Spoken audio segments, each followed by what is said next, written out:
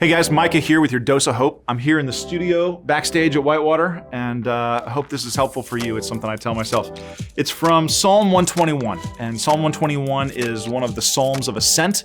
So the idea is that people would sing it as they're walking up the mountain to Jerusalem, up to the temple. And so this is a song of ascent that they would sing as they go up to the temple to worship. And it says this: I lift my eyes to the mountains. Where does my help come from? My help comes from the Lord, the maker of heaven and earth. He will not let your foot slip. He who watches over you will not slumber. Indeed, he who watches over Israel will neither slumber nor sleep. I lift my eyes to the mountains. Where does my help come from? My help comes from the Lord, the maker of heaven and earth. Guys, there's a lot going on in our country right now, and I get that. And I have some pretty strong political opinions, which I'm not going to share with you.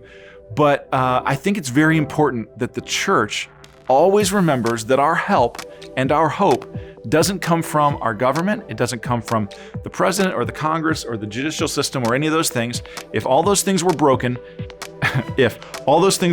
terribly, our help could still come from the Lord, right? We can put our hope and our trust in Him.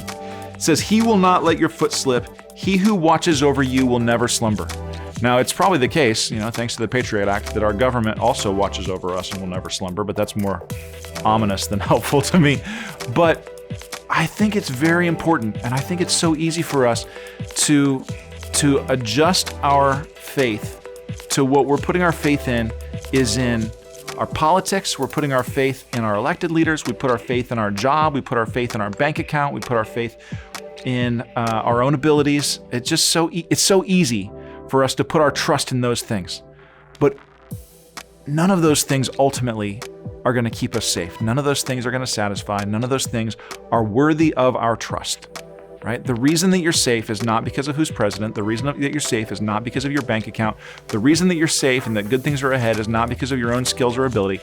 It's because God has His hand on you.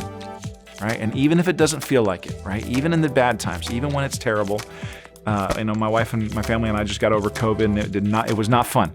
But even in those times, I still believe that God has His eye on me. He's looking out for me. He's taking care of me, and He has my interests at heart, right? And that's what our hope is in, and that's what gives us hope. I lift my eyes to the mountains. Where does my help come from?